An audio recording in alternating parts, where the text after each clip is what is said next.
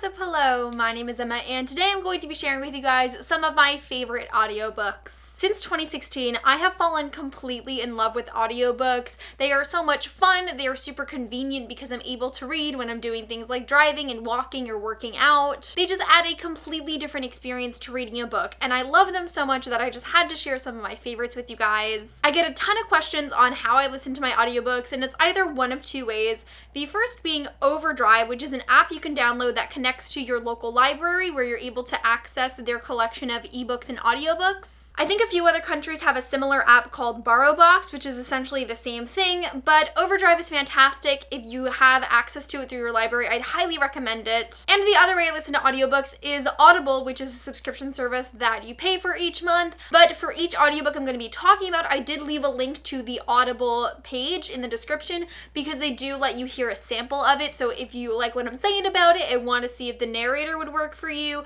you can check out a sample of it in the description as well. But the first audiobook that is an absolute favorite of mine is the Harry Potter audiobooks narrated by Jim Dale. Harry Potter is of course one of my all-time favorite series. I reread it once a year, and not this past reread because I did get myself to read the physical ones, which was really enjoyable, but the two past times that I've reread Harry Potter, I listened to them on audiobook and I really love them. Jim Dale does a great job at creating different voices for so many different characters and it really brings the world of Harry Potter to life. The Harry Potter audiobooks are so easy to love. They're so much fun. If you are someone who, like me, frequently rereads Harry Potter, I would definitely recommend changing up your reread a little bit and listening to one of the audiobooks. I do know that Jim Dale narrates the US versions of Harry Potter and Stephen Fry narrates the UK versions. I have not listened to Stephen Fry's narration before, but I've heard such great things that I would like to try them as well in the future. And my next favorite audiobook series is The Diviners by Libba Bray, which is narrated by January Lavoie. Now, I did read the physical version of The Diviners, but I've listened to the audiobooks for Lair of Dreams and Before the Devil Breaks You, and I am definitely planning on listening to book 4 in audiobook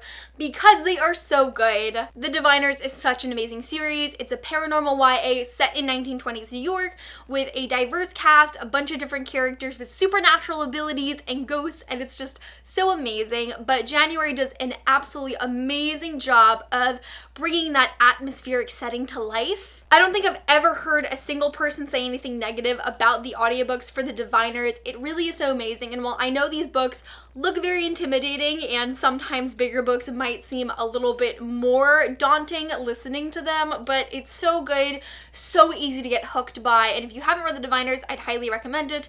But if you're looking for good audiobooks, The Diviners is at the very top of my list. Now, the next two books on this list are by the same author and they're narrated by the same narrator. She's one of my favorites, and that is Heartless by Marissa Meyer, which is narrated by Rebecca Soler. The reason I actually picked up the audiobook for Heartless is because I went to Marissa's event in New York City and Rebecca Soler, the audiobook narrator, was there and she read the second chapter for us, and I was like so blown away by her performance that I was like, there is no other way that I can consume this book unless it is through the audio. Rebecca Soler is very talented. I feel like most of the time when I'm gonna be talking about these narrations, it's gonna be pretty much the same thing, that they bring the book to life, they add a lot to the story. But the story of Heartless itself was so fun for me. If you did not know, it is sort of like a prequel to the story of how the Queen of Hearts became the Queen of Hearts from Alice in Wonderland, and I really loved it. So coupled with Rebecca's fantastic narration, it made for such a wonderful reading experience. The original world of Alice in Wonderland is very vibrant, and Marissa Meyer does an immaculate job of capturing that in Heartless,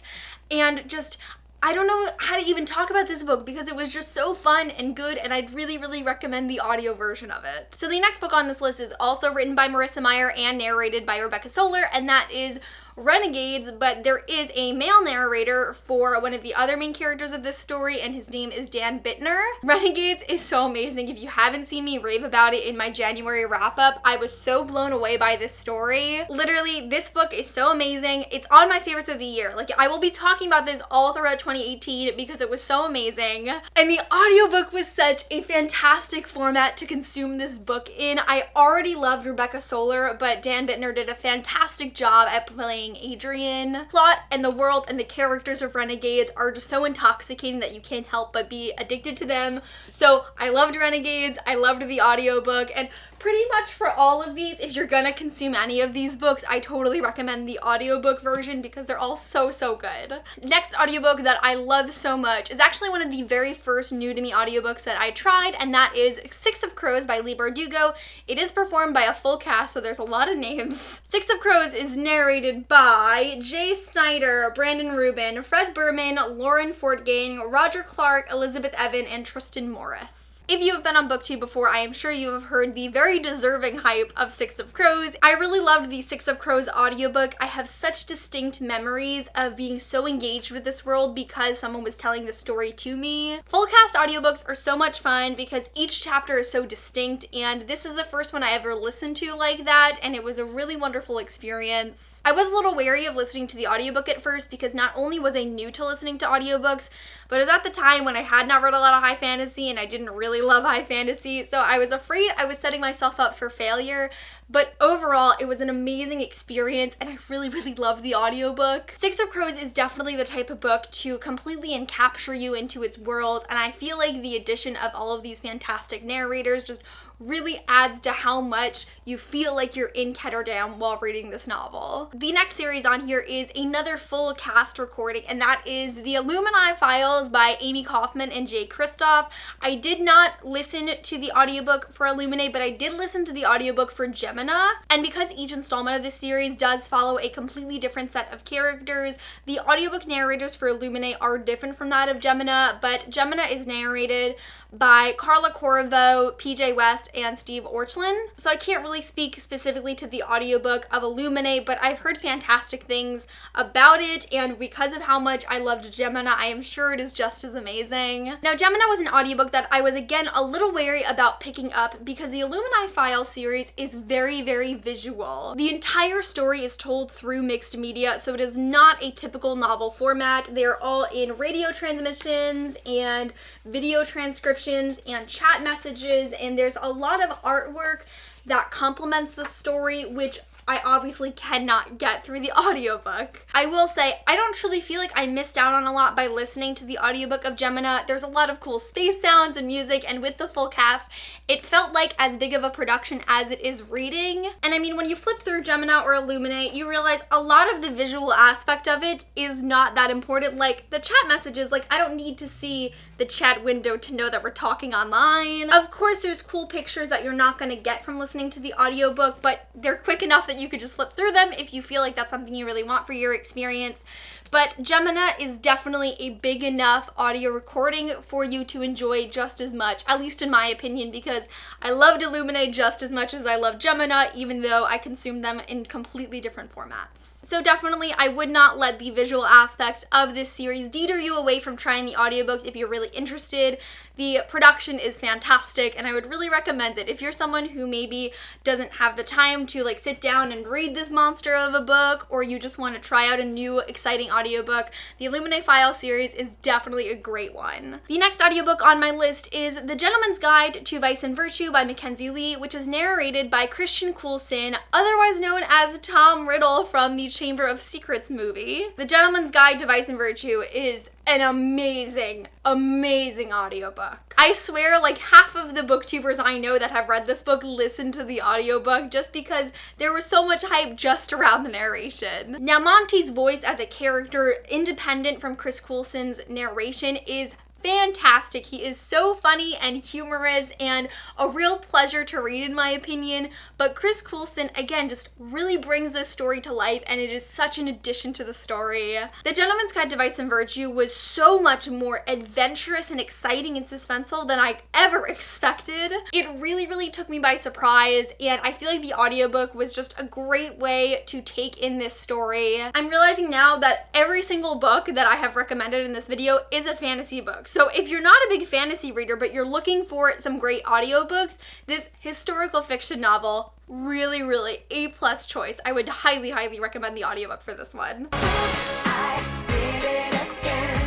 I have one final audiobook to share with you guys, and I have no idea how I forgot to mention this because this book took over my life in the month of December, and that is The Afterlife of Holly Chase by Cynthia Hand, which is narrated by Erin Spencer. I don't know if y'all were here for December, but man, I could not do anything But think about this book. This is the first audiobook in history for me that ever put me in an audiobook slump. I could not listen to a new audiobook for days after finishing it because every 5 seconds I wanted to restart. Every single audiobook since, when I finish it, I literally have to convince myself that it's too soon for me to reread The Afterlife of Holly Chase and I have to wait a couple more months. Even though I read this book in 2017, it's going to be on my 2018 favorite books of the year because I filmed that video way too early last year and I am not passing up any opportunity to talk about it because it deserved a place on that list and I hate myself for it. The Afterlife of Holly Chase is sort of like a retelling of A Christmas Carol, although the original work plays a huge role in this story as the Charles Dickens story, so it's not like a normal retelling. And even though this would conventionally be like a Christmassy December read, I think about this book all the time and I literally want to reread it 24/7 because it was so good. I picked this one up on audio just because I knew I wanted to read some Christmassy books around the season, but I didn't know if I was going to get the chance to read it physically.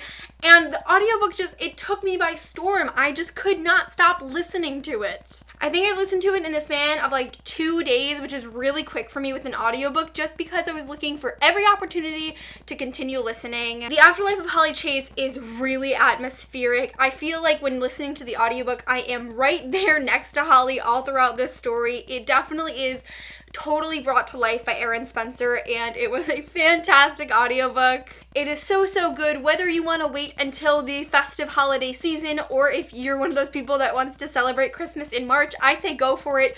Read The Afterlife of Holly Chase, listen to The Afterlife of Holly Chase, and please discuss it with me because I only know one other person that has read this book and I'm so obsessed with it. It's so good. Please read it. So those are just a handful of my very many favorite audiobooks and I really hope you enjoyed this video. If you have any audiobooks of your own that you have loved, I would love to hear them. That is it for this video. Thank you guys so much for watching and I will see you soon for a new one. Bye!